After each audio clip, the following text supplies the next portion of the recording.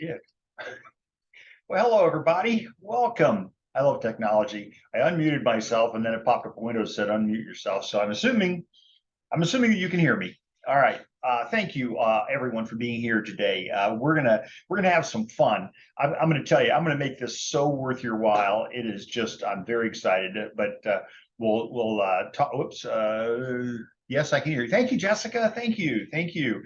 I always like that feedback. That really helps me because sometimes I don't know if y'all can hear me, and so it helps really a whole bunch. So anyway, that being said, thank you, Jessica, for that. So we are at the Greater San Diego Association of Realtors, and that's my name. There's my telephone number. Again, I'd love to speak with you. Obviously, not during the webinar. We'll have some challenges there, but and then there's an email address if it's something that you just want to handle really quickly or whatever, or if you want to set up a time where we can talk. So I do want to help you. I mean, I think that's the gist of the whole thing. So so feel free anytime. By the way, JD, somebody asked me what that stood for, and I always respond with juvenile delinquent. Although it's really a Juris Doctor. I do have a law degree. I don't practice law. I'm not interested. Too much work. But you know, as far as I'm concerned, we'll talk about that in a minute. So anyway, that being said, so I do have some credentials. I actually got the American Jurisprudence Award in real estate transactions in law school. So it was a national award, which is pretty cool. So I kind of know what I'm talking about, I guess. I have a broker's license in several states. And I just finished teaching another class at UCSD. I've been teaching continuing education for attorneys there for well over 20 years. I think I'm the senior instructor, I think. What on the right-hand side, lots of risk management stuff. I'm going to edit this because next year, apparently, I'm going to be a chair of the Legal Affairs Forum. So that's a very exciting thing for me as well. You know, I love being in a room full of lawyers. So it's always good, and I always manage to lighten things up a little bit. So that being said, let's see here. We're going to be talking about stuff, maybe, I don't know. Today, we're talking more about MLS stuff, but, you know, stuff that might appear to be legal. I am not a practicing attorney. I want to make that very clear. Close the window. I think we said this earlier, so I just had no desire. My last year of law school, I just knew I was not going to practice law. So that being said, Cheryl, welcome back. Boy, our numbers are really growing here today. Thank you all for being here. So I promise you that this is going to be so much fun, and you are going to be so glad that you were here today. I do a lot of trial work, limited to testifying as an expert witness. That's a court certified expert witness. It is a title, and so you remember the Department of Real Estate says you may not call yourself an expert unless it's in a title. So like a certified distressed property expert, you know, things like that. Because you know what, as many years as I've got in real estate, I still don't think I know everything. And hopefully, you know, most of us today, you know, are never going to get to that point, because I think that's when we start having challenges, is when we think we know everything. And so I get to learn something new every day. I love it. Okay, that being said, standard of care, that's my specialty. Did the agent do what they were supposed to do? You know, that kind of thing. Agent's duties of inspection and disclosure, market conditions in San Diego County. Conversation today not intended to be a substitute for the advice of your broker, nor for that of your attorney. Please consult with them as appropriate. And sometimes people ask me questions that I have to say, hey, I'm going to have to kick that up to your broker. You're going to have to ask your broker that question, because sometimes it's policy, you know, something that you've got going on. But I am more than happy to help you with the practitioner side of things. So that being said, webinars are intended to be interactive. Please utilize the Q&A button to ask questions or offer input. I look forward to hearing from you. Jessica is already a master Q&A gal, so thank you so much, Jessica. If you have a question, folks, listen, if I start to feel like I'm talking to the wall, if I'm not hearing from anybody, so if you have a question, please ask. Nobody can see your question, by the way. This whole thing today is being recorded, but nobody can see your question. Nobody can see you. Nobody can see your name. Nobody can see anything that has anything to do with you. So for everybody else's purposes, you're pretty much anonymous. So, but when you type in something in the Q&A, it pops up on my screen, and only my screen. Your question will pop up there, and then I'll go ahead and I'll answer it. And usually I'll read the question back, because, you know, nobody else can see the question except me. So don't be shy, you know, say things. Okay. All right.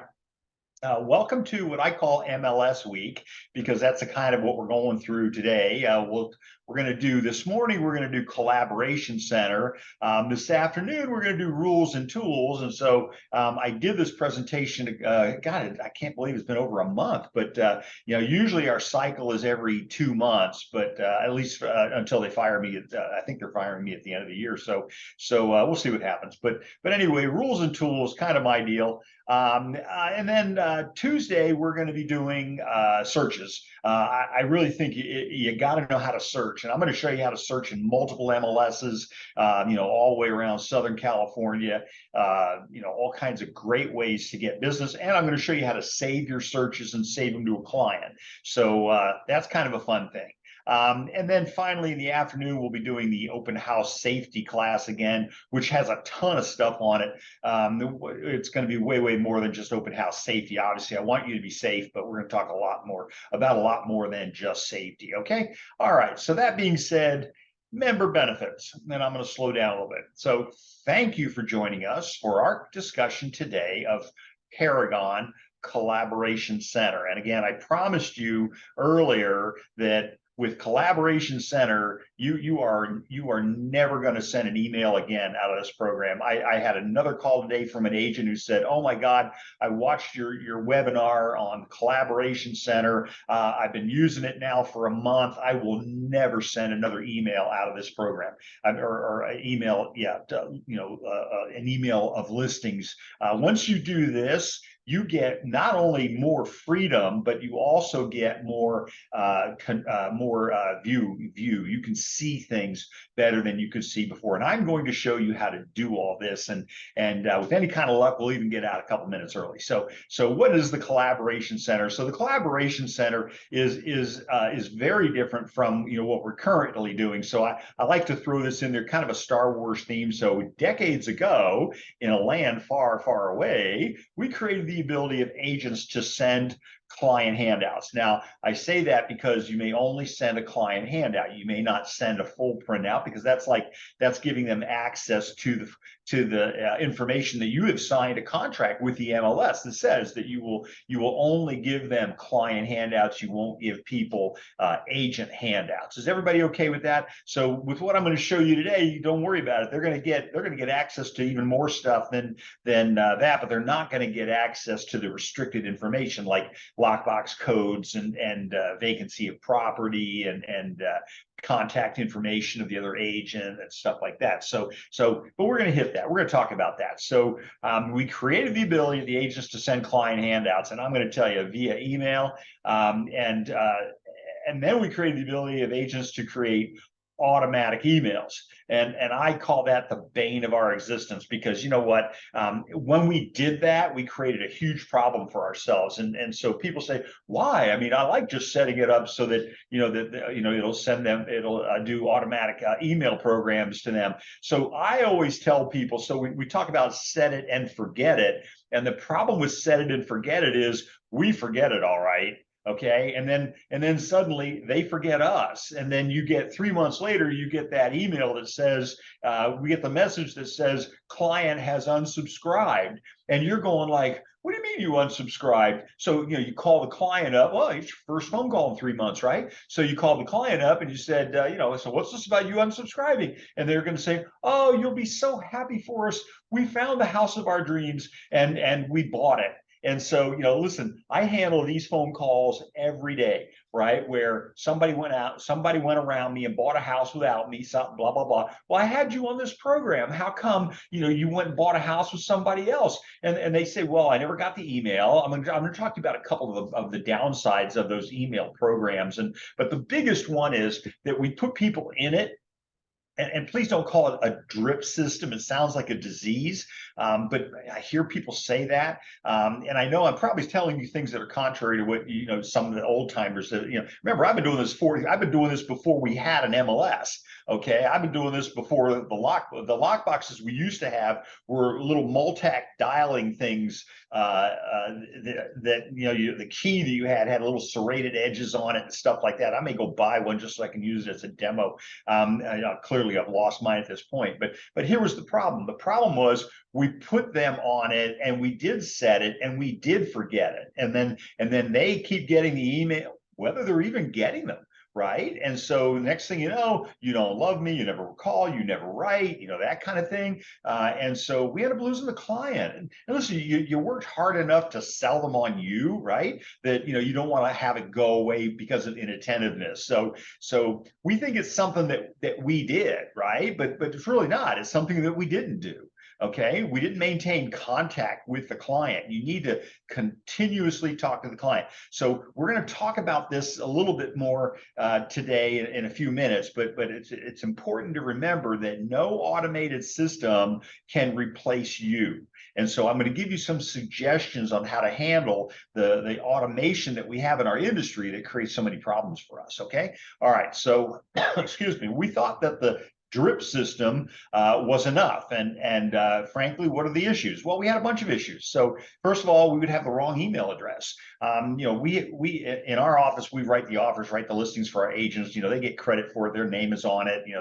Their MLS. The whole thing. But believe it or not, probably one particular agent, probably 9 out of 10 times when they send me the client's email address, because I got to put it in for the electronic signature, they get the address wrong. And so, so now I've gotten to a point where I just tell them, forward me an email from the client so that I know I've got the right one, because, good person and everything. It's just that I get the wrong email address. And so, your clients, they had the contact with you. You told them you were going to put them on this system. And then, boom, you don't hear from them again and you don't call them again. And so you just kind of assume that everything is going along just fine, when in fact, they're not getting anything. It's going to somebody else. It's like my email address. My personal email address has my middle initial in it. M as in magnificent. Okay, I tell everybody that way you can't forget it, right? So my middle initial has to be in there. If you don't put my middle initial in there, then it goes to a cellist in Oregon who happens to have my name. And so I had to add my middle initial in order to be able to get emails, because I had how many students did I have? I had 150 students at any one time, and they would send me emails to my personal email address, and I'd never get them. Right? Why? Because they were sending them to the cellist in Oregon, and he was not forwarding anything to me. Okay, he's a fiddler, a cellist fiddler. I don't know. Plays strings. Okay, all right. So that being said, we get the wrong email address, or our email goes to their spam folder. I mean, we knew for the longest time that even the SDAR emails were going to people's spam folders. And so even my signature line on my business email says, check your spam folder, that kind of thing. Because sometimes I even get emails from our own company that goes into my spam folder, and I don't have any restrictions on mine. So for example, Google or Gmail or whoever it is, they automatically count, emails to me, at least from my own company, as spam. And so I'm constantly going in, having to redirect those. So watch out. So email goes to spam folder. It gets lost in multiple emails. If you're like me, when I was teaching in the 3 colleges, I was getting about 1,600 emails a day. I'm flying through these things, trying to go for the stuff I need to be dealing with right away. And then I just forgot about it. At one point, I had thousands of unread messages, and most of them solicitations. I get that, but you know what? At the end of the day, even an email to me, if I don't respond to you within 24 hours, then hit me again, okay? Because I feel terrible, right? Because I want to respond to you, but if I'm not responding to you, then you folks, you need to get back a hold of me. So that's what's happening in our MLS. So in our MLS system, we would email something to a client, and it would just get lost. Or they weren't looking that day, or they would get tired of looking, and that kind of thing. But the worst thing ever, of course, is when they unsubscribe. Because if they unsubscribe, they've got what, 3-4 different steps they've got to go through to be able to receive emails from you again through the system. Is everybody okay with that? I want to make sure that you understand it's not a good thing when they unsubscribe. It's a big problem. So and sometimes it just inadvertently gets blocked. I get it. I have a newsletter that goes out, and one of my better friends, ended up unsubscribing from the newsletter. And I'm like, why'd you do that? And then somebody else said it was an accident. They did it by accident. In the MLS, you got to go through 3 steps in order to be able to unsubscribe. So they think you're serious. And so that's why you got to go through 4 steps to get them back in there again. And they've got to do it. You can't do it. Okay, so to call that primitive would be an understatement, right? Welcome to the 90s. And so the answer is right here, Collaboration Center. And we're going to talk about that. Okay, so it's a free service. It costs you nothing, provided by your San Diego multiple listing service. Okay, all right. So it creates a website. We're going to go to it in just a second. We're going to spend the rest of the day or the rest of our time together this morning. Me showing you how to set everything up. So it creates a website for each client search. Okay, so I should say for each client. Okay, it allows the client to create their own client search. Whoa, there's a new thing. So they don't have access to our MLS, but they can actually create a search within our MLS. So I'm going to show you how to do that, all right? All while you're monitoring their progress. So, while they're doing stuff, you can see it. Now, remember those emails that we were sending out? You can't, once it's out, it's out. You can't see it. You can't change anything. You can't, it's out. And so you're not going to see it again.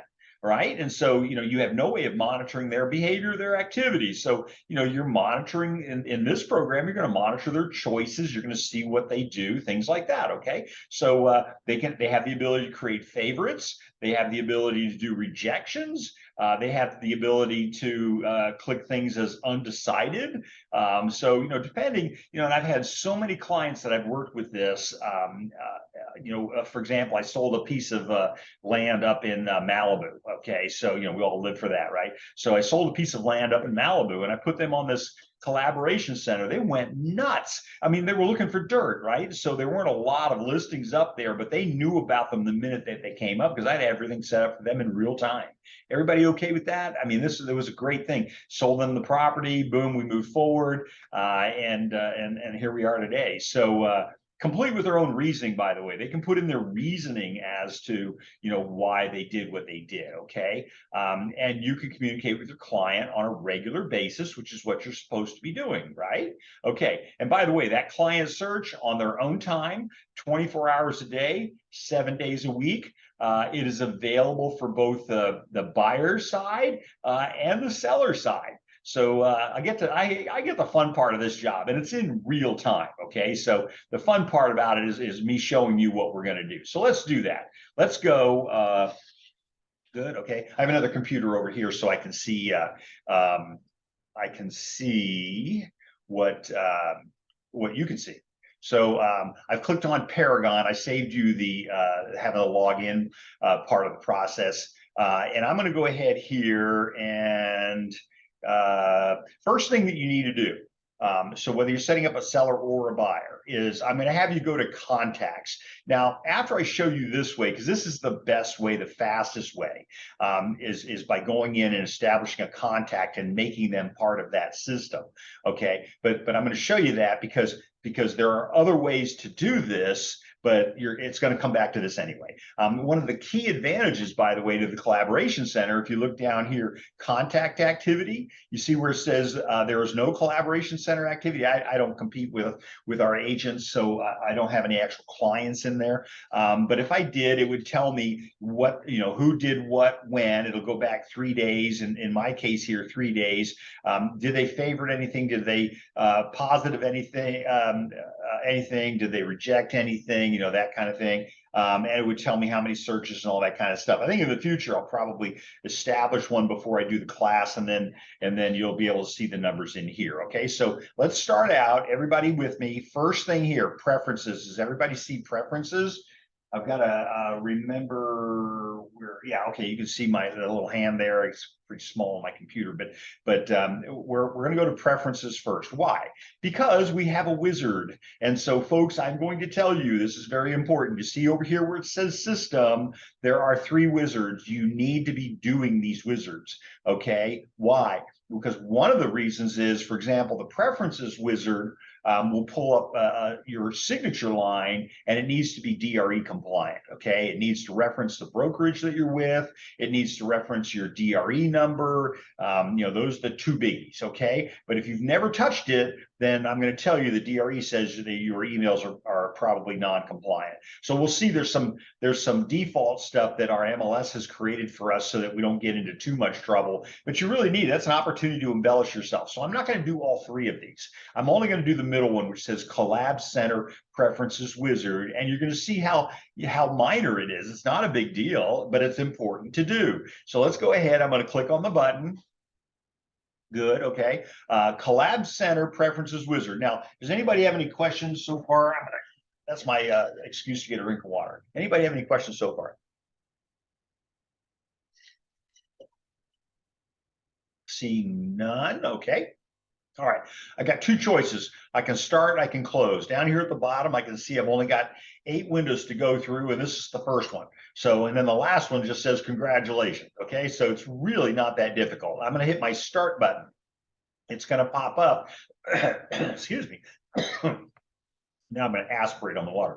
So it pops up the name that you want to be known as. And I always use that middle initial again. Remember the middle initial, M as in magnificent. So, and then the last name, and I always add that JD to it, right? Because I want my information to be complete and consistent across all branding. Okay. Display the primary phone number. Absolutely. And what is the primary phone number? Here it is. And if you look at this, you'll see that my office number is the only number I put anywhere, really. Frankly, I don't publish my cell phone number because I learned this in my college classes. The students were texting themes, and they would just start texting and texting. So I'm looking at 4 different email sources. I'm looking at text messages. I have several cell phones, for different regions and things like that. So so I only give people one number. And by the way, my extension is number 4. So when the voice comes on, which is my voice, and you hit the 4 button, it takes you straight to wherever I'm sitting. Okay. All right. So I actually never had anybody test it while I was doing a webinar. But if you were literally to call that number, hit number 4, my phone's going to ring over here. It's not going to ring because I've turned the ringer off, but it will display a number. So then I've got my secondary phone number if you want. Okay. I know a lot of people are so reliant on their cell phones, they probably make their cell phone number the primary number. And then you could have a secondary number. But I always figure just give people one number, and that way they can always get a hold of you. Okay. So if there was a secondary number, well, let's see. I'm going to hit the button, and then I'm going to hit the drop down. Once again, the secondary numbers for me, at least, are the same as the primary number, so I'm not going to do it twice. Display the email address. Yeah, and you want your email address, by the way, to be branded to you. So I had this conversation with a bunch of brokers, big brokers in California, a couple of days ago, right? Today is Thursday. Yeah, a couple of days ago. Big meeting, high level meeting, and we all talked about getting people away from those free email addresses, hopefully getting you to use the company email if you have one. You may not have E&O coverage without it, things like that. So talk to your broker about that, but that's we're trying to get people away from the free email stuff, okay? For a lot of reasons, including security. Display the web page. Sure, I want them to see the web page. So I want them to see, my link to my website. Okay. Story video. I could probably do that pretty easily. I haven't. I keep, forgetting about it, honestly. But I should probably create a quick story video and click that button, and then it'll ask me. It'll say, where they're going to have a place down here at the bottom where I'm going to put the URL for it. And so. Maybe on my YouTube page or something like that. I'm not a Facebook guy. I haven't done either that or Tweaker since the last election. I am big on LinkedIn, and I do Instagram. So in my LinkedIn address, all of my addresses are all the same. They've got the Kevin M. Burke JD at the end. So if you wanted to, share with me or friend me or do something like that, I just don't do Facebook or Tweaker, although I might start doing Tweaker again. But anyway, my story video link, again, it would go in here, and then my age and image. And again, it's one of my favorite pictures. One of our previous marketing guys, Steve, he took a picture, or Scott, I'm sorry, Scott. Sorry, Scott. He took a picture of me when I was president of the Association of Realtors, and I was like, what, me worry? And he just caught me right at that time. And it's one of my favorite pictures ever. So Circle of Excellence, there you go. Okay, so everybody good. That was page 2. Now it's going to speed up a little bit. Page 3 is going to be the all about me. Now, one of the things I would recommend that you do is create this in a Word document and then copy it and paste it in here. Some people spend so much time on this, they end up getting timed out. I mean, you got 2 hours, right? But every time I change a page, it starts my clock over again. Okay, the program just wants to know I'm there. That's all. Okay, so Collaboration Center, About Me page, and so this is a little bio on me. I'm trying to think, is there anything I should be changing in there? I don't think so. Although I've done a couple of. By the way, all of this stuff, look, I don't even have that I was chair of the risk management at the CAR last year. So I need to update that, don't I? Because I'm not going to do that now, obviously, but I've done a lot of things, none of which I ever intended. Back in 1979, I never intended to do all the stuff I've done. I just kept moving forward, kept doing things. And so I kind of learned early in my career that the more I helped others, the more I helped myself. And so it's kind of got some of those benefits to it. So you've got a lot of room in there, whatever you want to write, but this is going to show up when you put the Collaboration Center in there. I'm going to click my next button. The only website I put in there is our company website. And by the way, you'll notice that I've got uppercase, so the equivalent of sentence case, right? So uppercase B, uppercase R, uppercase E. You should be doing that in your emails. You should be doing that in your reply to lines, as well as your website. Okay, I'm hoping you have a website, but that's what you would do. You would set it up so that it's easier to read. I do this all the time, but I'll frequently, somebody will say, I tried to send you an email. Did you get it? No, I didn't get it. Okay, so how did you spell my address? And so they'll leave out the T, or they'll leave out the S on the end of consultants or things. So you want to make sure that you're pretty thorough about that. Okay. All right. Let me click now we're already on number 4. So now we go to number 5. And here is office information. And so again, for me, it's the same as my personal information, the primary and the secondary number, but I also want it to display the office logo. Okay. All right. I like, proud of the company, glad to be here. If you've got a logo, if you're a team or something like that, it can be very helpful for you. Notifications, and we're already on number 6, notifications. I want it to essentially agent notification options. I want it to notify me of almost everything, but then only include comments in my Collab Center notifications if there are 50 or less. Obviously 100 or less. I mean, I could change all that. But then under client notifications, I don't think the client really needs to get all these things, but these are going to be based on your personal preferences, your thoughts on that. I want them to be notified of a new listing. Absolutely. I want them to be notified of a price change. I want them to be notified of a status change. Why? I want them to feel the pain, as we say. I just had this phone call earlier today. They had a property that somebody had written an offer on. It went pending. Well, it went pending, and there are a lot of reasons why it went pending. Obviously, because it sold to another buyer. But there was no mention of this by the agent when we talked with the agent. Then all of a sudden it goes pending, and so I suspect it was their offer, and then I suspect it's probably going to fall apart. So it's okay. I always tell people, so wouldn't you like the client to be notified? I've had clients call me up and say, hey, it just went active again. And I'm going, oh crap, I missed that completely. Okay. So, it's good news. Your client, hopefully you're interacting with your client. That's a good way to do it. Notify on the initial. I don't think any of the rest of the stuff was important. I certainly don't want them going on an open house without me. Why would they go on tour? That's for realtors. Comments by the agent. No. So, all right. So that being said, I'm going to click my next button. And it says select which search options are enabled. And so I like new only. I don't want agent preview. I want new only. I don't want to disable it. Although if I wanted to stop it from happening globally, I could do it here. I'm going to show you another way to do this in just a second. So what are the classes that I choose to look at? So I like the top 4, right? Residential homes, 2 to 4 units, lots and land, and residential rental. Fractional ownership is like a timeshare. And then commercial, I do commercial transactions, I do commercial trial work. But the focus that I have is helping the residential 1 to 4, essentially. Okay. Searchable status. So here's what I've done. I've checked everything.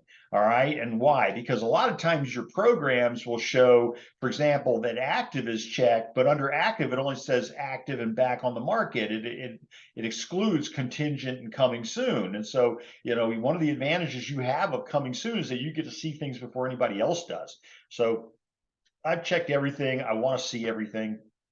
And that's number 7. Number 8, I've unchecked, obviously, the third one for obvious reasons. The middle one I like the best. That's the realtor valuation model, and that's the one that I use. And you can use it, don't use it, use all 3, whichever you prefer, okay? I'm going to hit next, and that's my button that says congratulations. Now, it wants to send me to CMA preferences, but we'll handle that in another class, okay? So for now, I'm done with the Collaboration Center Wizard. I hit my close button. Okay, so now I'm going to let you in on a little secret. I'm going to go over here to preferences again. And then if I go down here to where it says Collab Center, it's going to show us a whole different world. I'm going to click on that. And yes, so, oh shoot, somebody asked me a question the other day, how to get the beach theme. And so you're going to do that under user preferences, if that's something you choose to do. But notice up at the top here, I've got a save button, so don't go screen to screen without saving. I've also got the ability to change my image, which I know a lot of people think I probably should change my image, but I like the one I have. And then I can also remove the image. Okay, so starting off, I've got, again, notice that this information is very similar to what we just went through with the Collab Center Wizard. Okay, so everything right there. Here's my About Me page. Again, you can go straight to it without having to go through the wizard every time. Here's my links, office information. There it is. Notification options, same stuff we talked about a minute ago, and then finally my automated valuation. So everything, I got to it under preferences, clicking on preferences and just going down to Collab Center. Is everybody good with that? Isn't that fun? Okay, so I get very excited about this. All right, so now let's go ahead. I want to use it. Okay, so here's what we're going to do. Remember I told you earlier, we're going to go to contacts. So if you're not familiar with it, it's up here at the top. By the way, I should have probably showed you. Anybody want to see the beach theme? Okay, so I'm going to go back. I'm going to go to user, and then I'm going to go to, where is it? Now that I've done that, darn it. Mobile account. I don't have a mobile number in there because I don't want to give anybody my mobile number.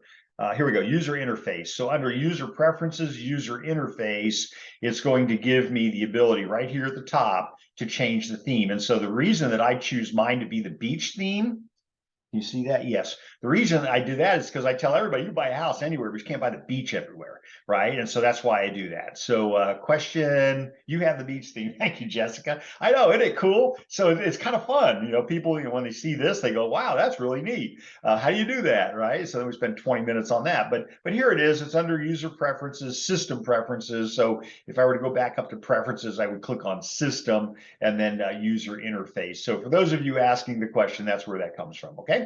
All right, that's kind of like the basic, when I did the basics class, but I think most of us here are probably a little bit beyond the basics. But again, if I'm saying something that may seem to be high level, stop me, slow me down. Let me help you out with it. Okay. All right. So that being said, let's go back up to contacts, and I'm going to click on contacts. So we're going to just assume that we're going to add a new one. I'm going to click on add a contact, and I have to do this. This is the easiest way to do it. I can still send things to them out of a Collab Center, but I don't get all the functionality out of it. So first thing up here, I remind you again, there's that save button, okay? I've got my contact information. Are they active or are they inactive? And so this is the shortcut if you ever have a client who says, I need you to turn it off for now. You don't want them unsubscribed. Remember, unsubscribe, no bueno, it's not good, okay? So, but they say, yeah, I want to cool it for a couple of weeks. I'm having my hair done or something. I say that I got a haircut this morning. So but they have the reasons, but they want to have it turned off for a couple of weeks. So then I'm going to click the inactive button, and then all these things will go away. I'm going to go back again though, because I'm actually going to save myself as a client. So here's my Collab Center options, just what we said in the wizard, new only. Again, hovering over a question mark in the program will allow you to see what the different choices would have been. New only allows your client to create a new collab center search. Disable says they can't do one, and then agent preview, where you approve or disapprove the listing sent to your client in the site. With that option enabled, your clients will not be able to create a new search. So that's why I don't do it, because I want them to be able to create their own search. Why? Because I'm spying on them. Not really. I kid them about that, but I say, I can see what you're doing, right? You know that, right? Okay.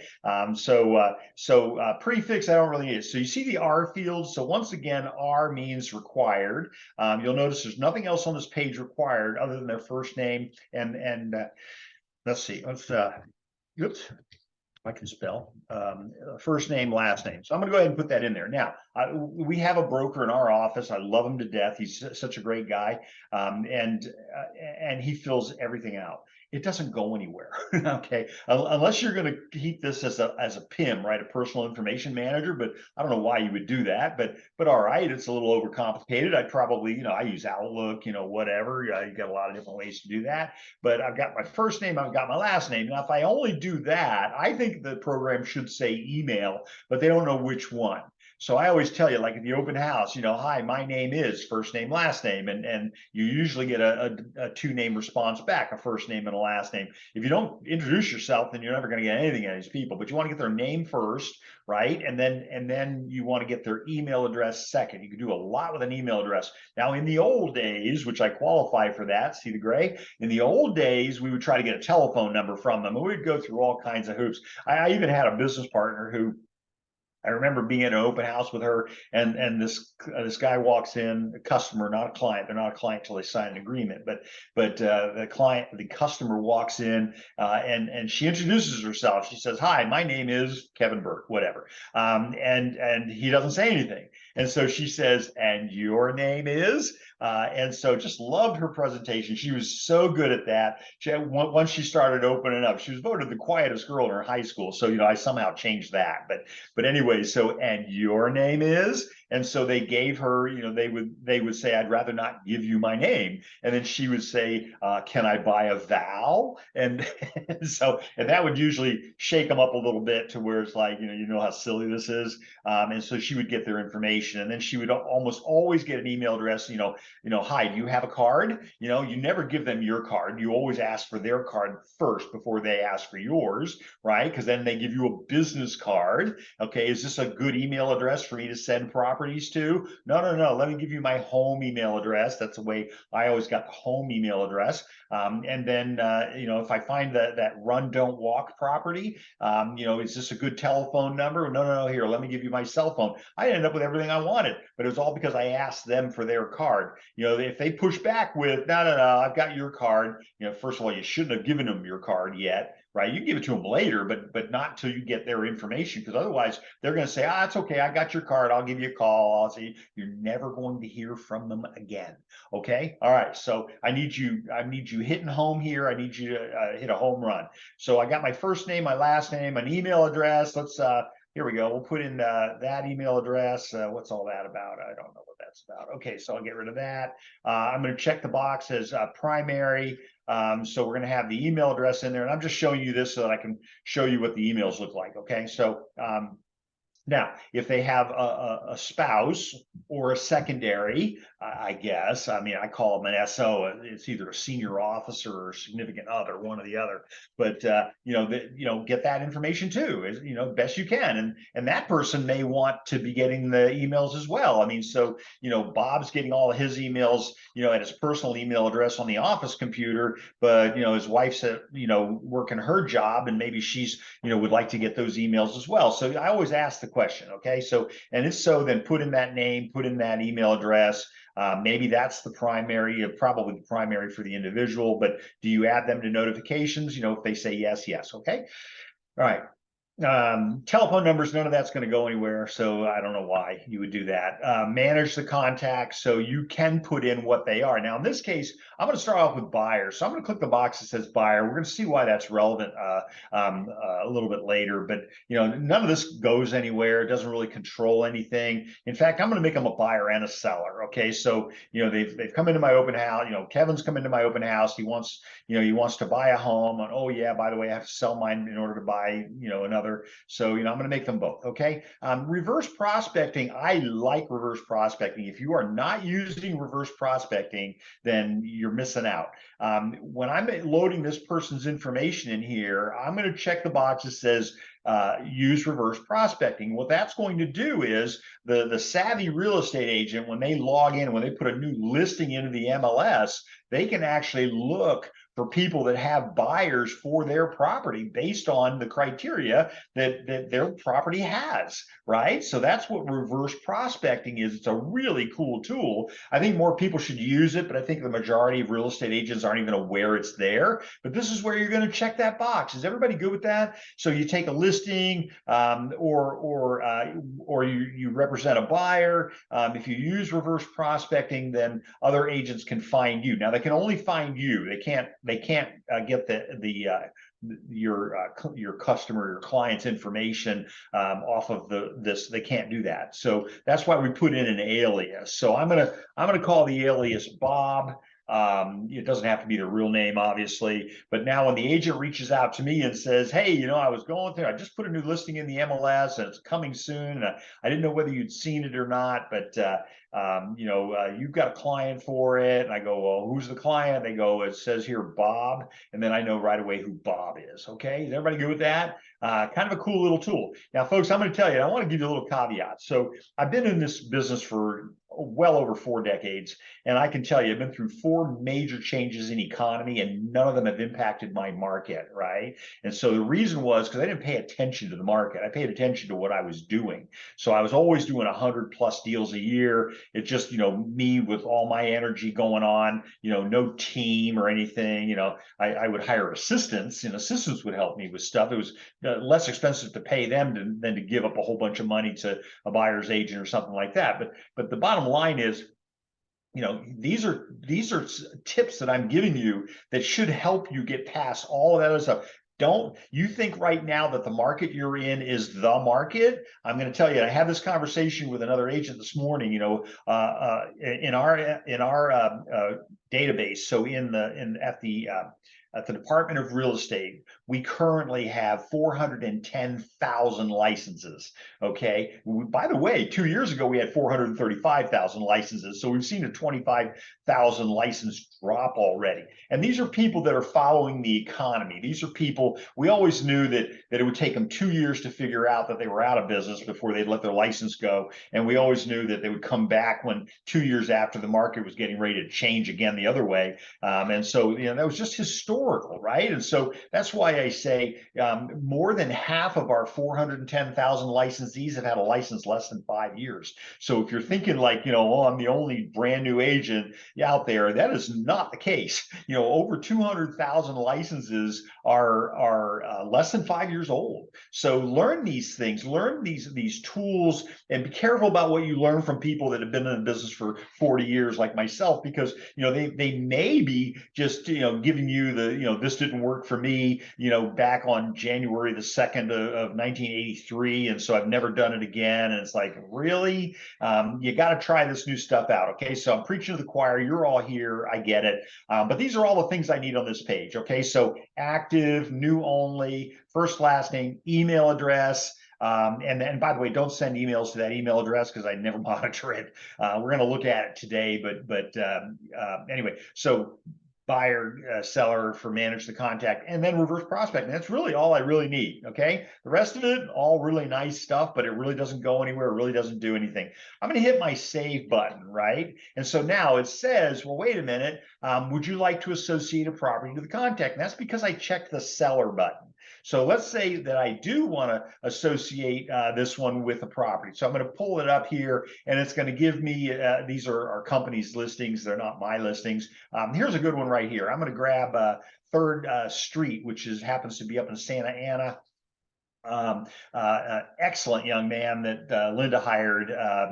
He's also a federal firearms dealer. So, and he was in Linda's class 13, 14 years ago, Linda, many, many years ago. He's a neat young man. Anyway, so he'll get the emails and he's going to go, what's that all about? And so he'll probably call us in the middle of our presentation. But anyway, I'm going to hit my save button because I wanted to associate. So we're going to think of him as the seller. So in this case, he's the seller. Okay. I didn't put his email address in there. Obviously, it's my email address. So he might get notified only because it's his listing. So here I am. I can view the detail of the property. I'm not going to go through all that. But down here, enable sell side site is disabled. So when you're representing a seller, right? And why would I want to do this for a seller? Well, I would want the seller to be able to see what's going on around their property. So I'm not having to call them on every Monday morning. And the only thing I happen to call them about is, oh, by the way, we had 2 showings and there's a new listing down the street. Well, this program will tell them all that, but it'll also tell you all that.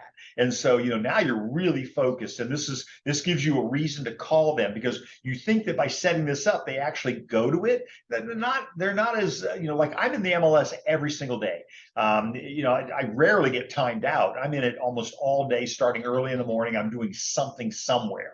Okay. So I'm going to enable the sell side site. So that's going to provide the seller. So in this case, I'm the seller, right? Remember, with a live look at all activity associated with the listing. This is the coolest thing ever, right? Because why? Because now I'm going to show you what you actually see. You can see how many agents have looked at it. You can see how many clients have looked at it. You can see how many unique hits you've got. Can anybody here tell that I'm excited about this? This is so much fun. Okay, this is why I say I get calls every day. Oh my God, it's the best thing I've ever done. So I have to first, though, I enabled it, but then I also have to send a welcome email. If I don't do that, they won't get anything, because they've got to get that email in order to say, okay, I want to receive these. All right. So it's totally opt-in. Okay. And then I can also enable an email report, which recaps all the activity related to the seller's listing. So, and that option is usually sent out on Thursdays. I'm going to click active for that. So your seller needs to be sent. So right up here, it said, remember what I said a second ago, your welcome email to your seller needs to be sent first. If you sent one previously and are seeing this message, your seller has not registered. So, if you send this out, so again, I'm going to close that for a second. So here's the welcome email that's going to go to the client. And I'm going to go ahead and I'm going to hit send. And so that's going to send it to the client. And this is what the client's going to get to see. Okay, so I'm going to close this really quick because I want to show you the live version of this. But that's what happened when I did send update email. I'm going to go over to those emails here really quick. And there it is. Welcome to your Collab Center for Sellers. And so this is me. I'm the seller receiving this. Okay, and so it says view your site. My little language in there says, please let me know if I can help you anyway. You know me, Mr. Helpful. So I can view the site. We're going to come back up to that in just a second. They can create a password, and then let's see, all you need to do is create a password to access it. So and then there's their property, so they can see what their property looks like. They can see it in real time, by the way. They send me a thing saying, would you change the description to this? They can see it as I change it. Okay, where do comps come from? This is very good information for them. Here's my name, and again, my DRE number, my contact information, email address, office address, obviously my logo, because I need to, DRE and NAR require that I make sure I advertise my affiliation with the brokerage firm. Okay. By the way, it's not mine, it's Linda's. I gave it to her thinking I was going to be able to retire and ride off into the sunset, and clearly that didn't happen, right? So anyway, busier than I've ever been, right? So never retire. Okay. All right. People call me all the time. I'm retiring. Oh, really? Okay. I'll give you, I can give you referrals up until your license expires, right? So, but I can always send them to your broker. So I'm going to go back up here. I'm going to create my password. So I'm going to click on the link. Can you all see that? Yes. Let's create a password. What's a good password? We're going to say we're going to use the number 1. We're going to call it Jessica. You cannot use the previous 5 passwords. The new one must be at least 1 character in length. So I'm going to confirm it. And again, I'm going to call it one Jessica. Thank you, Jessica. I appreciate you being here. So I'm going to go ahead and hit register. Obviously, I'm not going to save it because I'm going to come back and delete this. So my registration has been completed. welcome to the new Paragon Collaboration Center. And again, you think this is a lot of steps, your client is going to thank you profusely. So what was my email address again? There it is. My password was one Jessica. Keep me logged in, okay? So and then they also have forgot password and all that kind of stuff. So I hit my go button. It's going to pop up a window here. And again, this is the seller side. And I know most of you are thinking, well, I'd really rather see the buyer side. You'll be surprised how easy that is, okay? So this gives me a bunch of things I can click on. Contact your agents over here on the right. So this tells the client your listing here. Over here, we're going to get your listing. Look at that. Already it shows that there were 10 views, okay? And this is on a fairly new listing, okay? So I don't know why it puts the expiration date in there. It's not supposed to do that, but it did. It's got the MLS number.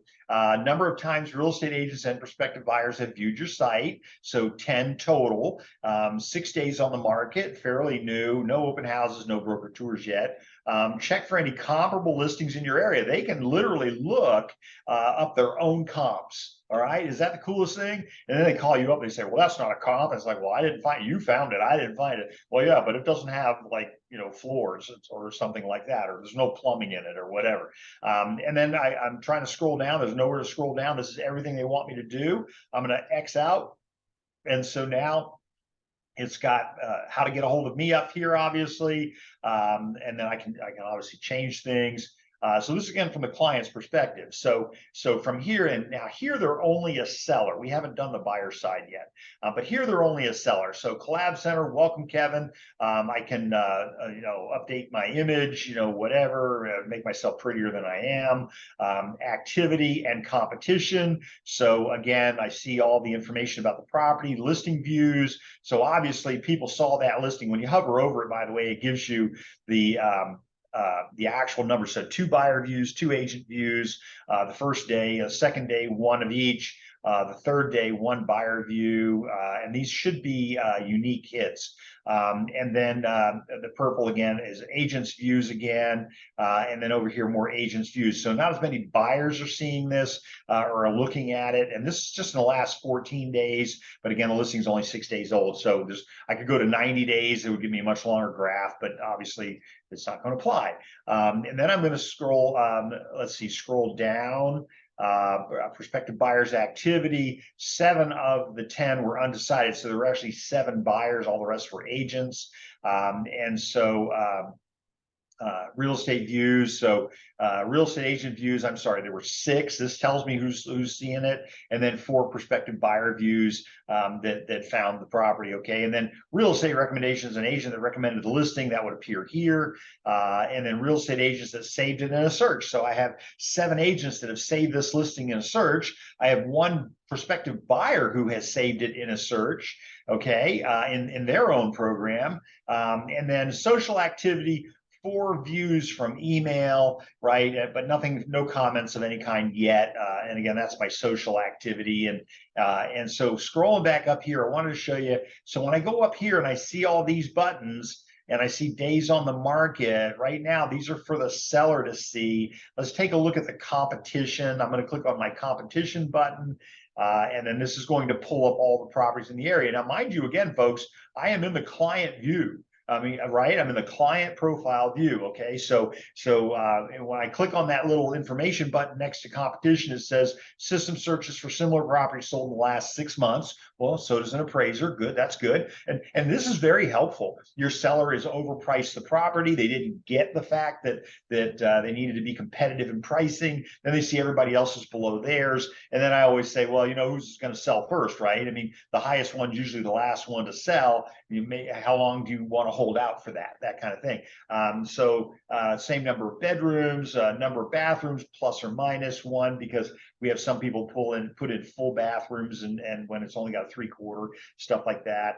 Acreage, square feet, plus or minus 10%. That's probably a good criteria. And then the closest properties are weighed more heavily, obviously. Maximum search radius is 10 miles or 50 properties, whichever comes first. So in this case, we see the seller can see that they've got a handful of properties.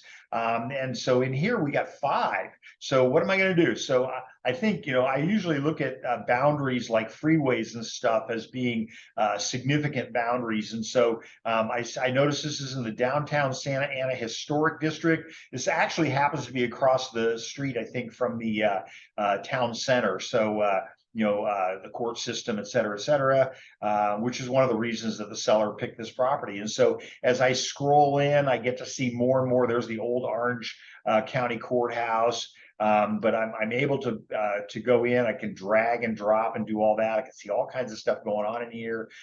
So where is my subject property again? So I'm going to click on this 3 button, and the 3 button is going to give me a detail running in. It's going to give me a detailed view of the competition. So here's one for 365,000. Here's one for 765. I'm sure the seller loves to see that. Let's take a look at the 367 one really quick. I click on it, and it's going to pop up that listing. It's going to pop up what our MLS allows the buyer or the seller to see, again, because they're not an agent. But this is a sold property that's sold for 367. I think we're at 314 on ours, so we're looking to sell ours pretty quick. Is everybody good with that? But it's sold already. I can, this should be my share button. I can click on that button. I can either email it. I'm the seller now. I can email it. I can make a comment on it. So like comment, what do we want to say? Cool home. And then that should show up in the comment section. So cool home. And so my agent, Kevin, happens to be able to see all that. So here's the information that we got. When we did it, we got photos and map. And so as I scroll down, notice they can see all the pictures that are in the MLS. This is why we're so stringent on inputting a picture within 3 days. Here's details about that property, sold in 11 days. I guess we're due, right?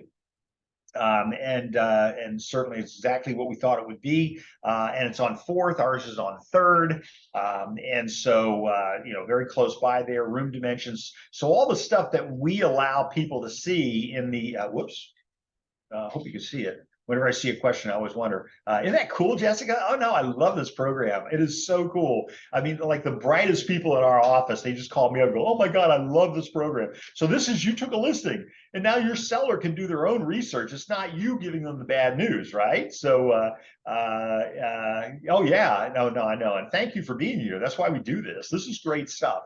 Jessica says, I had no idea this was here. And so units in the complex, and this is according to the seller's agent on that other property. Monthly fees, they've got $361 for Melrose. Interesting that properties within a block of ours has no Melrose. But properties within the same building have it, and ours doesn't. We confirmed with title.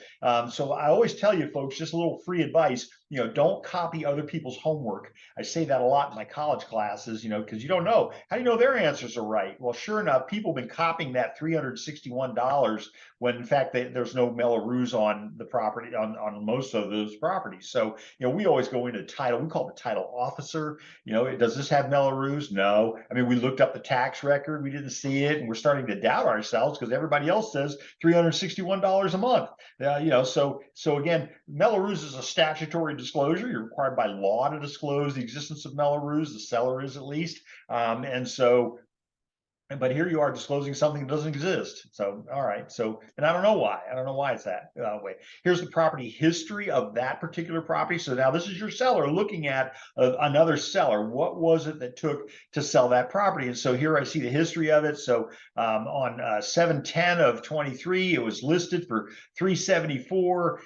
It went pending at that price. I always tell the seller that the pending price is the price that it took to get an offer, right? That's not what it's going to close for. And sure enough, there it is on 8/3. It closed for 367. So that would lead me to believe that there's either no inventory up there, which is highly likely, or the property was probably undervalued. So there you go.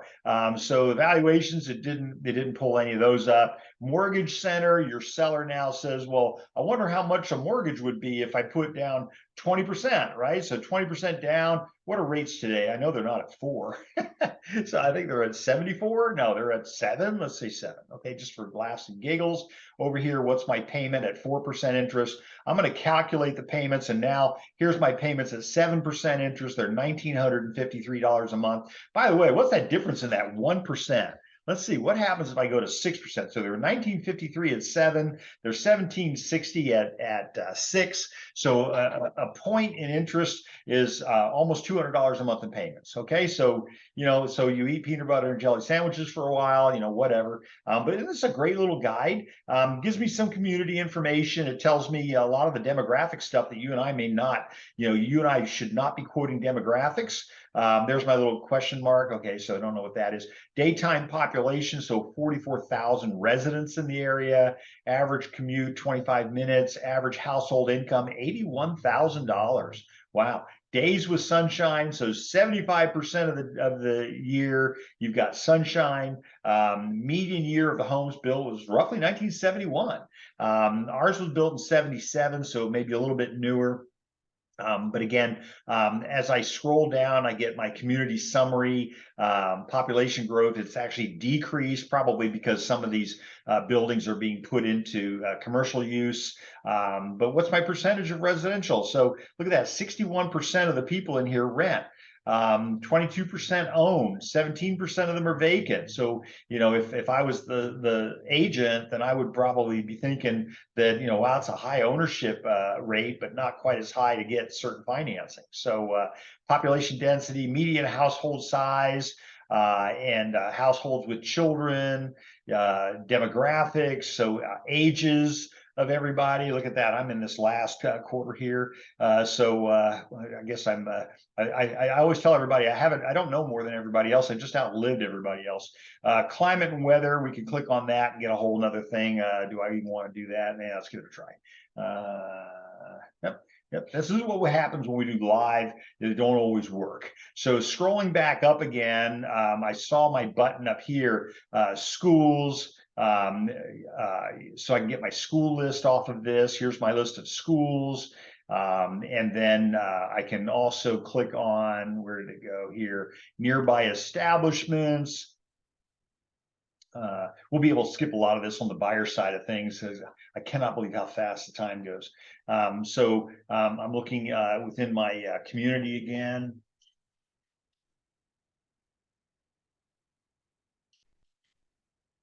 Okay.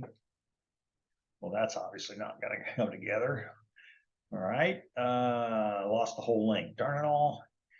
Must be Comcast. There we go.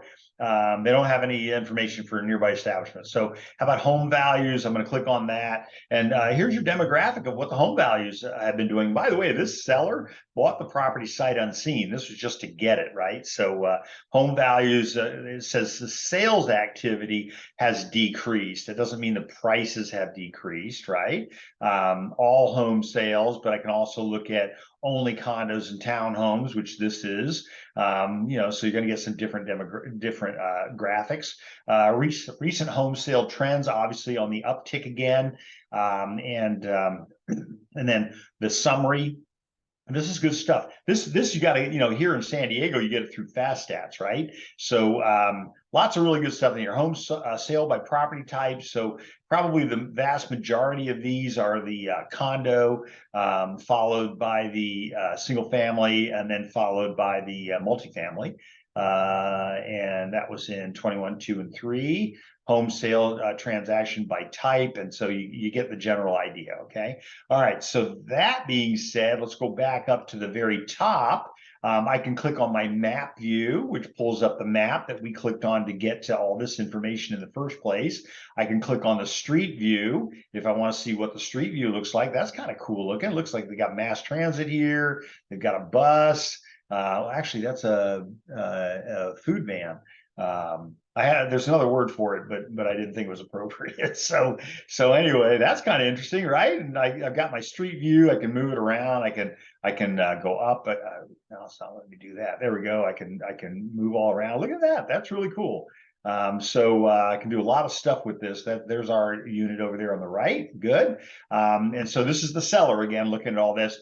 seller can get the property info. All this really does is just scroll down for you so that you know, because everything is really pretty much on the same page. Okay, everybody good with that? I'm going to go ahead back up to the top real fast. I'm going to X out of it. Which is going to take me back to this map. And again, I don't need to pull up all the properties. It would just look on that one. So that's my seller side of this listing. Now, the other thing I want to show you up here where I have my, what do you call that? Pancakes, I think they call it. I heard somebody say, this is seller side activity. So this is going to take me back over to here, you know, how many days on the market, how many views, you know, that kind of thing. And so a little bit more limited. So let's go back into our MLS and we, whoops, where did I go? Here I are. Okay, so now we sent the, remember we had to send the update email, enable that. I can talk. Enable email report. I'm going to enable that. And as it says right here, this is a summary report sent out in the morning. It recaps all the activities, so the seller gets an email from this instead of having to go through, you know, this the whole process each time. We've got it going out weekly for the client. We've got it going out weekly for the agent. You could change that. You might decide that the turn off the client and you get it, so you give them, it gives you an excuse to talk to them. That could be well within what you want to do. Okay, so that's my seller side activity. Again, I associated the listing to the client. So let's go back up. I want to look at my buyer side. Remember, I have my contact information. There's all this stuff, and then contact activity. I wanted to show you that only because this would tell you if they were doing anything within the program. Okay. Then I'm going to go over here to my buyer's activity, and then I'm going to, obviously I've got agent recommended. There aren't any because remember that we decided that that we were going to disable that so that they could create new searches. I don't know why. It just is what it is. So I'm on the buyer side now. I've got add a listing, maybe, add a note, view the collab center. Let's take a look at the rest of the screens because it's pretty important. But manually add listing to this contact's notification. So if you'd rather do that, good, okay. And the buyer side welcome message hasn't been sent yet. The seller side has. Okay, so automatic notifications. I've got collab center. I got email. Ooh, don't do email. So collab center, yes, good thing. If I click on options, then it says, you know, when do you want them to go out? Select a message body to include in your collab center emails. So what does mine say? It doesn't say anything. How about hi, Bob? Okay, so there I've created a custom notification. So every time the email goes out, they're going to get hi, Bob. Okay, all right. I'm going to show you in a minute because they're actually in our email box right now. So again, my notification date range is for 3 months. I can change it if I want to. I have a question mark up here, but I can change those dates, you know, to do whatever. I think that if you haven't talked with them in 3 months, you can always extend it. But if you haven't talked with them in 3 months, then you probably don't have a client anymore. Notification trigger, again, remember I had the 3 things that we had checked: price changes, new matches, status changes, and now I can't remember what the other one was. It certainly wasn't pictures because I don't care about that. Okay, all right. So client notifications immediately. I want them to get it in real time. I want to get it myself in real time as well. And then there's the client's email address. I should just for laughs and giggles put the cellist number in there in case somebody copies my email address. And then down here, activity notification for your collaboration site. So I'm going to click on OK because that's the message. That's what I want next to collaboration center. Days of history display 1. There are no listings yet. Do I want to manage listings? If I click on that, what happens? So, you know, I can manage my agent recommended if there are any. If I click on this, I got to put in the MLS number. I don't happen to have one. Do I? Seller side. Aha, there I do. Look at that. 12 years of college.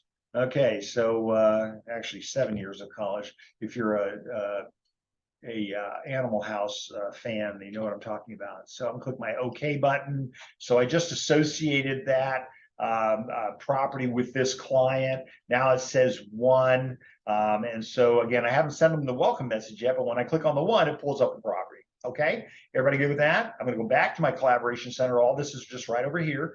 And I'm going to don't need to do manage listings anymore. I'm going to send my welcome message. Okay, and so same kind of thing as before. Send it, and it says okay, it was sent.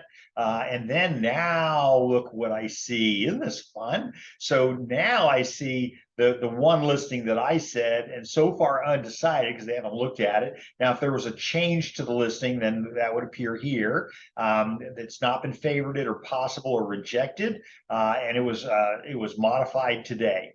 Okay, so again, I can go back in and manage the listing, but I think you know how that works. Listings with unread comments. So if there was one, then you would have that in here. Is everybody good with all that? Let's go ahead now. What I want to do, let's go back. I could, by the way, click on View Collab Center, which would take me to their collab, to my view of their collab center. Okay, and so here it's going to say they got some new stuff in here. Let's take a look at the email though really quick. I'm going to go ahead back in here and look at that. There's my email from my buyer side. Again, visit your site, view the listings. Undecided. Remember, we only had to create the password once because they were both the seller and the buyer. That's kind of a good position to be in, right? It's kind of like dual agency, but not completely. Dual agency is when you represent a single property to buyer and a seller, versus this case where we represent the seller on a different property and the buyer on another property. So here's my email. I can click on visit the site. Now I'm the buyer. I can look at the site, and here's the site that I'm going to see. Okay, so what's it going to show me? Well, I've given it one property that I wanted them the buyer to look at, and that's the 3rd Street property. We're just kind of pretending like as if they're not the owner of that one as well. So it's an update. There's one, that kind of thing. All right. So that's the buyer's activity. They can see the listing here. Now, if they want the listing detail, they can click on detail. And then what do you know? They get the same stuff that we saw earlier. So we're only going to let them see the stuff that we're going to allow them to see. Okay. I'm going to X out on that, which is going to take me back to that window. I can also additional options, just like we saw before. They can send me an email. They can comment on the property, and so here's the comment. We're going to call it a cool property, and then we're going to submit it. So that's the comment on it. And then let me see oops, I can't see the whole screen. Okay, yeah, good.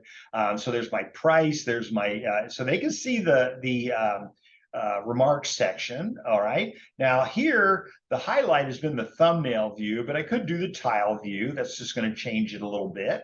Okay. And I can also do the map view, which is going to give me the map of the property right smack in downtown Santa Ana. Okay.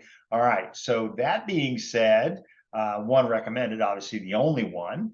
And then I'm going to go up here. So we had my buyer's activity. Remember, they were the seller too. We're going to come back to property search in a minute. Okay. So I'm going to go back to my buyer activity. So listing activity. Anything happening with that one listing. Recent sales in the neighborhood. Well, there aren't any yet because we didn't set those up.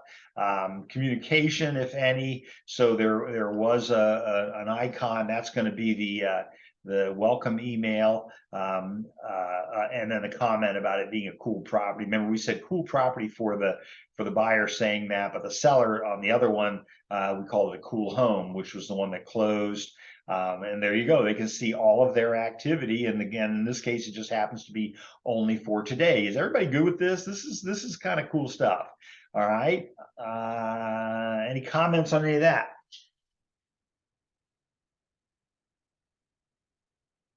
I drink several of these a day. We forget that we actually live in a desert in San Diego. So okay. Let me see. Yeah, you can see it.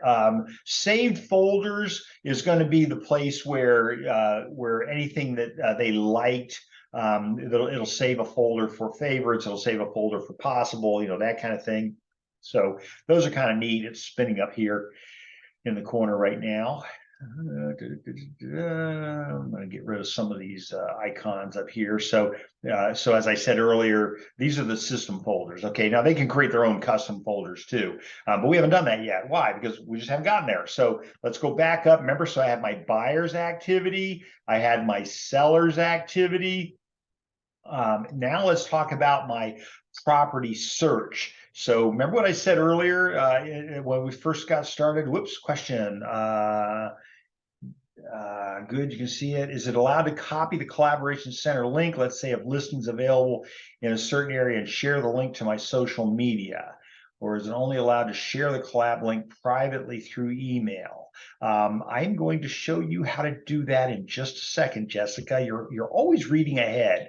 One of my better students. So hang on. I'm going to show you how to do that live. Okay. So here I've clicked on what happened. I clicked on property search.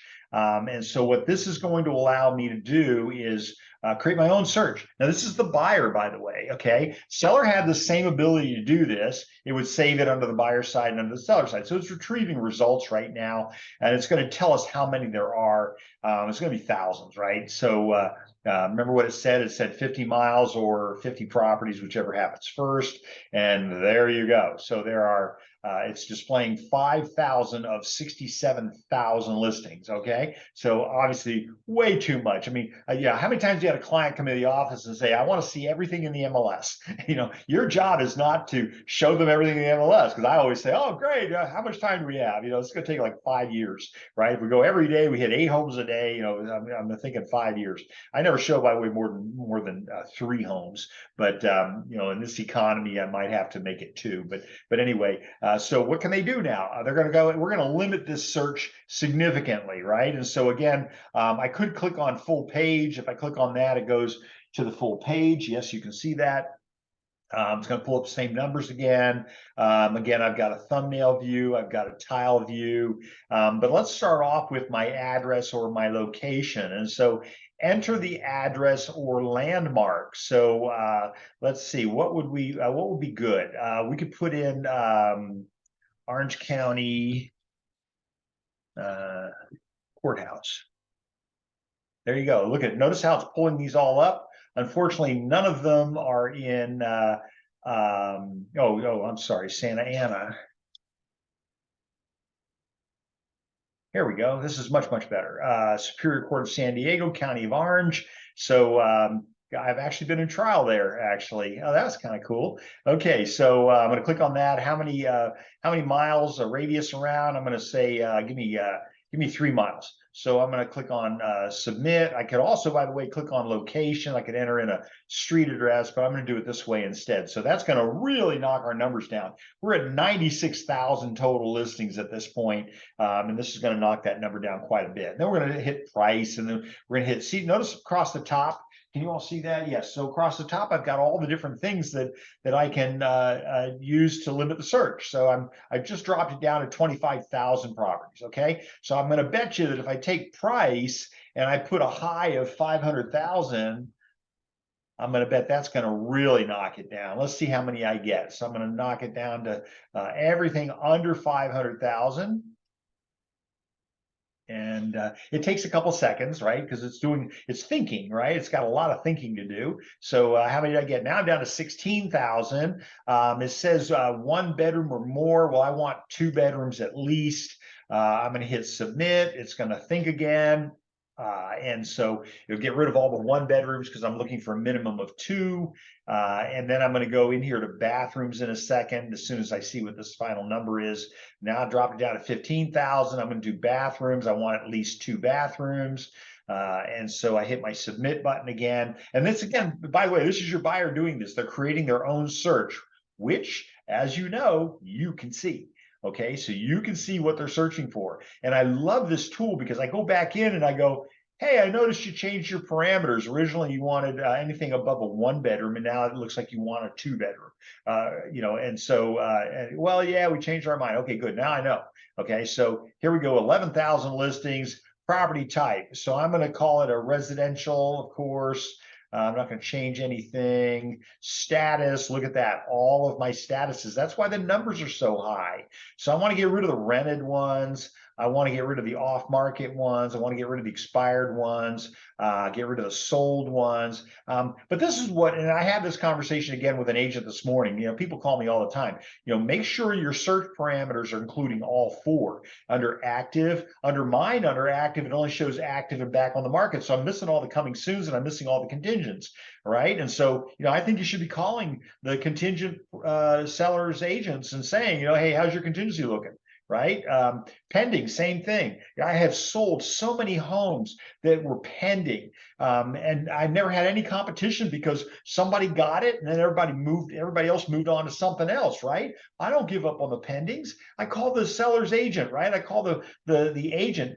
Your property is pending. How's that pending looking? I sold a property in Del Mar to the former county prosecutor for Gloucester County, sight unseen. She lived in her home for 45 years in New Jersey, in Camden. Lived there for 45 years. Bought this house from me, all based off of what I told her to do. So don't miss out on pendings, folks. I'm going to click my submit button, and now look at that. There's 4. So 4 active listings with all 4 parameters, and let's see how many of those are going to be sold. So now it's going to go up to 216. So I still have quite a few. I may change the parameters again, but do you get the point? The point is that I go up in here and I change these statuses, and now I've got no additional search fields. Okay, sorry, close. Okay, so now I can change my parameters. Well, I frankly think this is way too far out. So, I'm going to change my location. I'm going to say within 1 mile. I can't go less than 1. I'm going to hit my submit. Remember, before I had 3 miles. So that's a pretty good field. So now I've changed it down to 1 mile. And by the way, whoa, look at that. Okay, so now my numbers, there's no way it's going to be 216. What's it doing? I can click on my list results, gives me all of my properties. Okay, so what it did here, it says I have 216, but that's the total out 3. So I've got 4 right inside of this area. If I click on the 4 button, it's going to start pulling up all the properties in that area. So for example, here's one for 500,000. If I click on it, it pulls up the picture of it over here. I can look at the detail. There's all kinds of stuff. Look at that, Bishop's Villas. Must be nice if it's named after a bishop. So here's all the information on that. So here I am, the buyer. I can see all this stuff. Sure saves you having to email them stuff every day. Plus, you can actually take a look at, again, they're creating the search. You're going to take a look at it, and you're going to be able to see what they're doing. So now I love that. I love this property. So I'm going to hit my favorite button. That listing is now marked as a favorite. Okay, so why is that important? Because then I go back over here. Oh, by the way, I'm going to save that. I'm going to call this one Bob. I'm just keying in on Bob today. So I'm going to save that whole search that I did called Bob. And then I'm going to have to take us over to the other part of the MLS here in a second. So I saved the search. Does everybody see what I did here? This is so much fun, right? I just created all of this. Whoops, I'm scrolling in and out and doing all that crazy kind of stuff. Okay, so I'm going to hit my highlight button right there. Let me see. I'm going to go back over to my collab center, back to the main part of things. And here's my solds. This is where I left it. Okay, everybody good so far? I wanted to show you that. Here's my seller's listing collab center. And then here was my just my general collab center with the property that I put in on our listing. Okay, everybody good? All right, now I want to show you a different spin on things. I just want to make sure everybody's okay. Everybody's stayed up with me all right? You know where we are?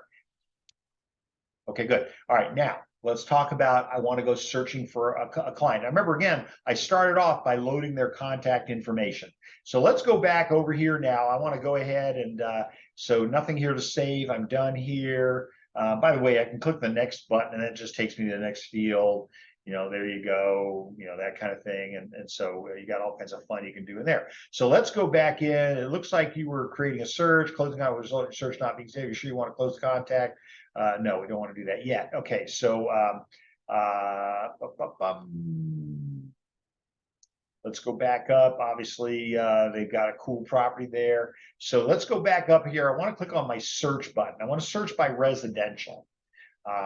Okay, so this is you and me now. Now you and I are in the MLS, not the client. Client can't do this, right? But we're in the MLS and we want to go searching for a listing. So let's do let's say let's say attached. And again, I'm opening up the field. Anytime you see a magnifying glass, that tells you there's a list, okay, which is kind of neat. All right. Anytime you see a question mark, then that means there's some hints. And then finally, anytime you see a calendar, obviously it's a calendar. Okay. So we're going to search on all other attached. And this is all of San Diego County. There are only 673 attached listings. That is scary. Okay. I had this conversation yesterday with somebody about that subject. I'm going to look at my date range. I only want to look at stuff that was within the year. So I'm going to scroll down. I'm going to click on this year and 663. So that didn't change things much. So I'm probably going to get rid of that criteria. I'm going to go back to all date. So 0673 zip codes. Let's do zip code. What's a good zip code? Let's do Carmel Valley. Whoops. Yeah. Oh, that's it. I'm typing so fast that I transpose the digits. Okay, so Carmel Valley, there are 10 attached properties in Carmel Valley. Those numbers are scary, folks. I'm telling you, would you please go out and get more listings? Okay, so I've got 10 listings. And so let's go ahead. I want to go ahead and take a look at those because I'm going to show you how to do the Collab Center from within the program. All right, so I'm going to hit search and it's going to pull up all 10 listings. And so if you're at all like me, you'll go in. This is my grid view, my search view, but I may want to change it to my favorite view, which is all fields detail, which gives me the entire listing. I can see everything in here. Let's see, I'm going to scroll back up again. And then over here, I can go, my radio buttons allow me to go one listing to the next. Again, these are for my purposes, you and I in the MLS. But okay, let's say I like this property. All right, you see this little button right here. This says, when I hover over it, it says collab link share, and it says text. Okay, so collab link share, I can click on the link share. It's going to give me a link to send to the client or the customer that includes this particular property. So this is a way to do it, not my recommended way. But Jessica, I think to answer your question from earlier, copy link, there you go. All right. I'm going to hit cancel real fast. If you have a question, stop me. But I'm going to hit cancel really fast. I wanted to show you one other thing. So in here, I also have the ability to text it's interesting. I was asked this in the last board of directors meeting that I was at in San Diego before they threw me off. And they said that, nobody on the board knew how to text a listing to somebody. And so, of course, I teach it. So, I told them, I said, here's how you do it. So here we go. So, so obviously I don't have my email address or my cell phone number in there. So you would need to click on that and then you would need to put in a cell phone number. That's all that does. Okay. So that's what the texting feature does. Okay, so now I showed you how to get the listing and how to collab link share. Okay, but let's do this a little bit differently. I'm going to go. So now I've got all these listings, and I want to send them to a client. All right, so and this again this is a way to do it, but I'd rather put all these into. In fact, let me go back to my property system grid because I don't want to send all of them. I only want to send a couple of them. I only want to send listings that are SDMLS listings. They start generally with 23 numbers, and then the other ones are other MLSs and stuff. So we do still have data share. Here's Pell Place. There's a couple of them in Pell Place. So I want to send these. So I actually want to save these to a client. All right. So this is the other way I'm going to show you about. So remember what I said earlier, contacts first, create the client. That is the easiest way to do it. Okay. Now I can also send it I can also create it. I can go to do the search first, which is what I've done here. I've created a search. And now I want to save them. I want to save what? I want to save it as either a save search or save search as. So I'm going to do save search, and it's going to say, how do you want to save it? And then I'm going to say, well, I can save it to myself, or I could save it to Kevin Burke, right? Remember Kevin Burke? I can assign it to a contact, I can add a new contact. Well, let's go in here and let's look at the contacts. And there's Kevin Burke. Boom, there he is right there. Oops, I see some people I need to remove. Hit my save button. So now it's going to assign it to me, and I'm going to hit save and notify. Okay.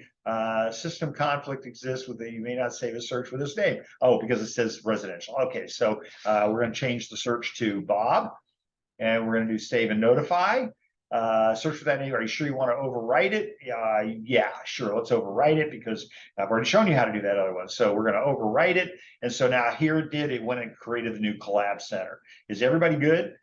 So you notice here, I've got the Bob search, all the stuff that we looked at before. There are 10 matches now for Bob. 10 of which are undecided because they haven't looked at them enough yet to decide which one they like. So is everybody okay? So in other words, what I did here was I created the search first versus created the contact first. But I was able to do it because I already had a search by the name of Bob. So let's get rid of this. I want to get rid of this, and I want to save it as something different. I want to get rid of that search. I want to go back over here to residential. I'm going to save it. I'm going to give it a different name this time. So save search as, and I'm going to call it Nancy, and that's in honor of, by the way, Bob and Nancy Hunt, who owned a brokerage up in San Clemente. Bob wrote an excellent book on ethics, kind of the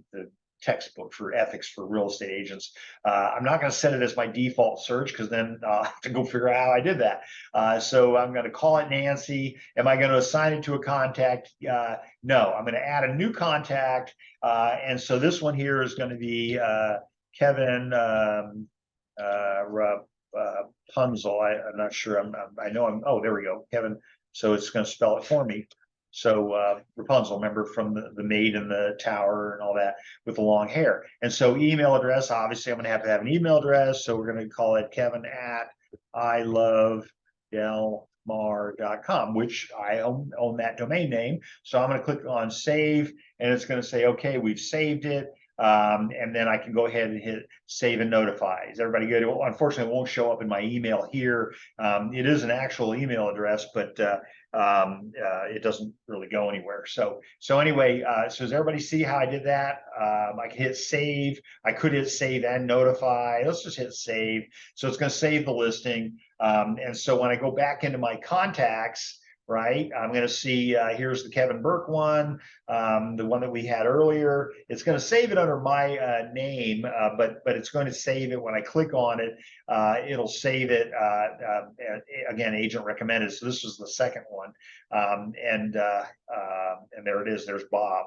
Okay, and then again, I can click on View Collab Center and it takes me to the Collab Center. Is this helpful, everybody? Are you doing okay with all this? This is good stuff. Now there's 12 properties, and look at that. There's remember we overwrote the other one that we had created. So goodness gracious, look at these prices. I remember when we sold the first home in Carmel Valley over $1 million. That was really an event. Caminito Miro Del Mar, that's going to be Sunstream. Carmel Country, that could be either Elysian or I think that's going to be Elysian. Maybe just don't put that in there. Isn't that interesting? Caminito Carmel, that's going to be in the Groves. Like I said, it's not that I know more than anybody else. And just look at this, $965,000. I think that was a property I sold. Again, it was an end unit, but almost $1 million for a townhome. Nobody above, nobody below. Obviously, an end unit. So there's the stuff. I can see everything. Is everybody good with that? I don't want to overcomplicate any of this. This stuff's not really that complicated. But that was when I wanted to look at the Collab Center. That's how I got there. So let's go back over to the listing part of things. I'm going to eliminate Kevin for the moment. I see my list of people. Most of these are no longer exist, but I guess I could delete a couple of them. I'll do that on my time. Don't worry about it. I'm going to get rid of my contacts. I'm back in my search again. Does everybody understand that in order to create the Collab Center, I can only do it two ways? The first way, of course, was by creating a new contact. Okay. And again, that's create the new contact, first name, last name, email address. and then reverse prospecting, and then whatever they are. In our case, we did both buyer seller. This doesn't do anything over here. The only thing that really does anything is using the reverse prospecting. Okay, and then once I create it, I can click save, and then that'll give me it'll save the parameters for the new contact. Okay, so that's the best way to do it, and I've already shown you how to do that. And then, of course, the other way is just to go in and search for property, and then just assign it to either an existing contact, or you can create a new contact, right? So again, my residential, I'm going to call it all other attached. What did we do? We said Carmel Valley. Whoops, there we go again. 2130. Get rid of that. And I'm down to 10 properties again. And so when I clicked on my search, then at this point, I get all my numbers. I haven't highlighted any of them. If I highlight the whole thing, they'll get all 10 of them. But again, I just do save search as, and then assign it to a contact. Everybody good with that? Questions on any of this material? I am going to get you out a little bit early today. Come on, you got to have some questions. Jessica, help me out. Okay, whoop, there we go. Okay. Thank you. Great stuff. Thank you, Jessica. Thank you. Yeah, I think I could keep you here all day. There's so much more to tell you about, but I think that's probably sufficient for our purposes. Again, I can highlight, I can undo ones I don't want to send them, whatever. But they will only see the client handout. They will not get an agent handout. And your collab center obviously is all about client handout, okay, not agent handout. So even if I pull up this property here in Santa Ana and I click view detail, it's not going to tell me any contact. That's not a bad looking little community.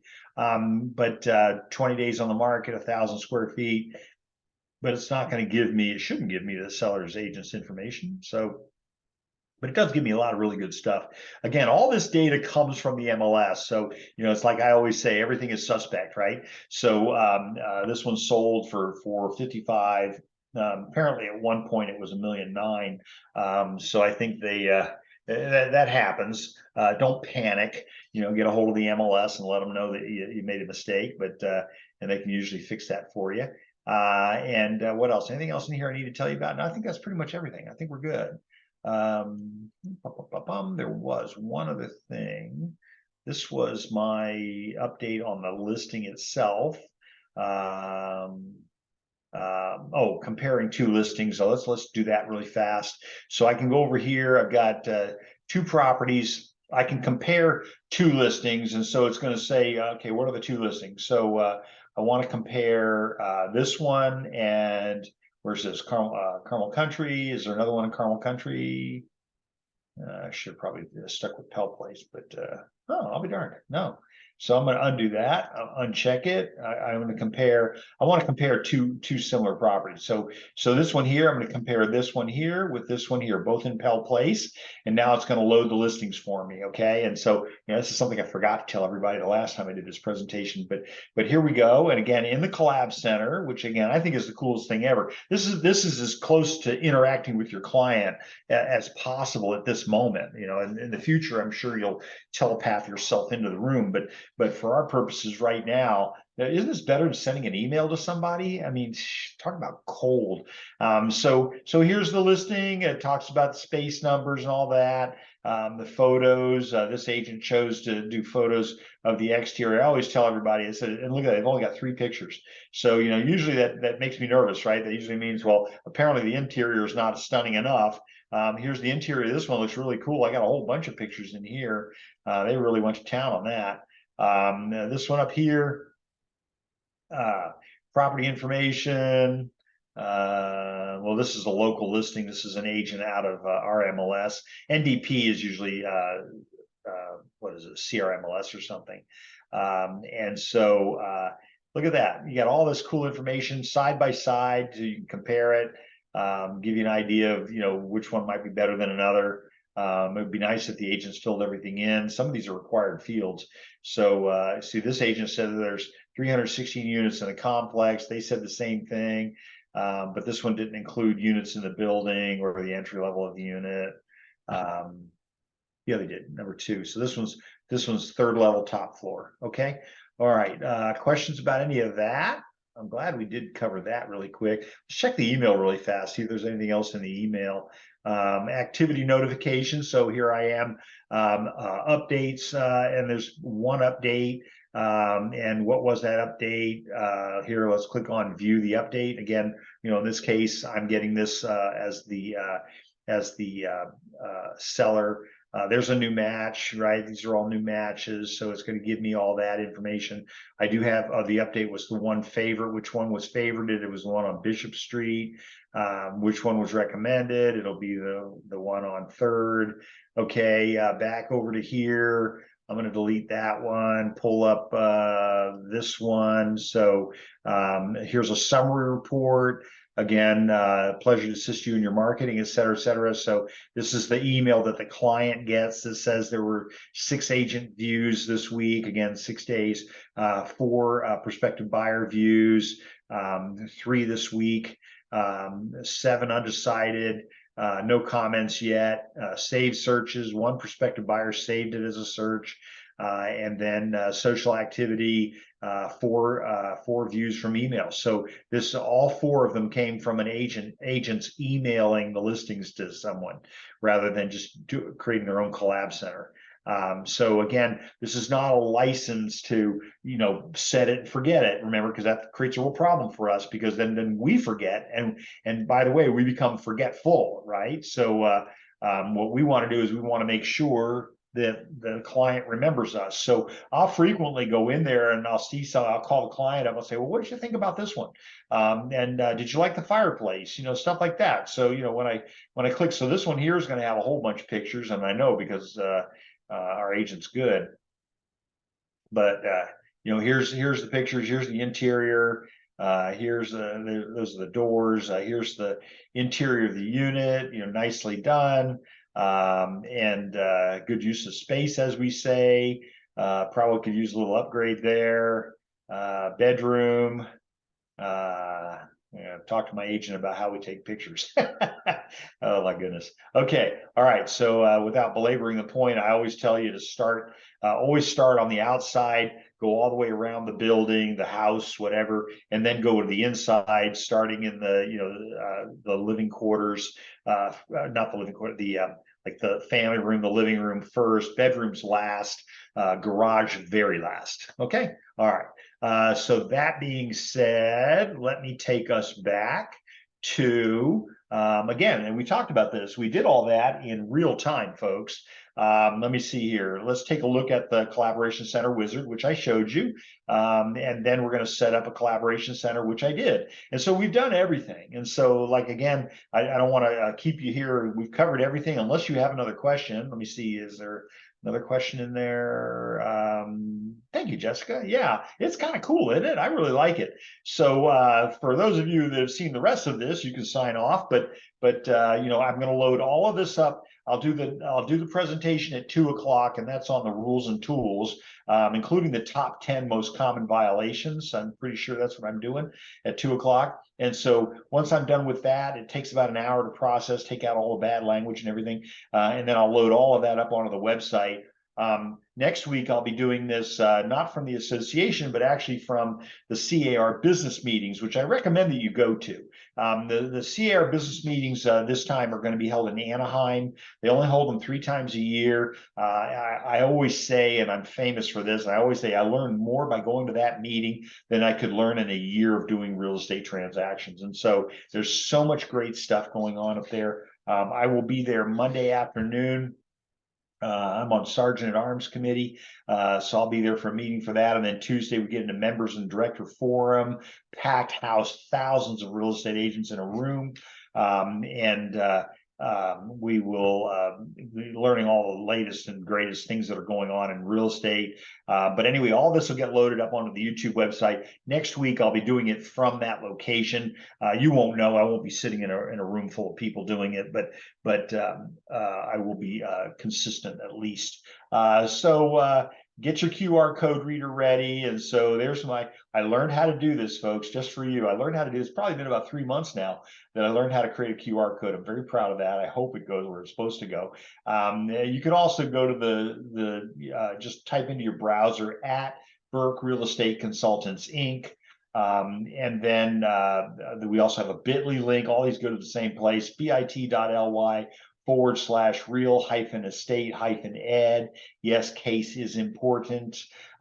Please remember to like and subscribe. So, I always ask people to do that. If you like the video, that would really make me feel good. At least I know I'm doing something to help, even if you don't send me like letters and things like that. I'm okay with it. But if you like it, at least I know that I brought value. And then if you subscribe to it, it's just going to let you know when you log into YouTube. It'll let you know when I've updated the videos. So it's kind of an advantage to that. I don't think it sends you emails or anything. I've never gotten one. Weekly email updates. I do send out a newsletter once a week. It'll go out Friday night, Saturday morning, and it's opt-in only. I don't put anybody in there, and you can opt in yourself. My newsletter actually contains a link to subscribe to the newsletter, but it also contains a link to get to the videos. So I want you to have access to that. So anyway, all of that, I'm here to help you in any way that I can. Jessica, everybody here today, I want to thank you all for being here. We've got quite a, Bobby back again, Donna, Cheryl, Ushanda, again, thank you for being here. I think, Ushanda, you asked me a question the other day. You played Stump the Panel, and I can't remember what the question was now, but it was finding properties that are non-owner occupied specifically. And I think that the answer to that is going to be, it's probably going to be a title company question on that one. So anyway, if there isn't anything else, I do want to thank everybody for being here today. Value your time. And so we're going to let you go a couple minutes early. Hopefully I get to see you at 2:00. As we say from my hometown of Del Mar, thank you, Shonda, thank you. The hometown of Del Mar, I look forward to seeing you around the track. Take care, everybody. Bye-bye for now.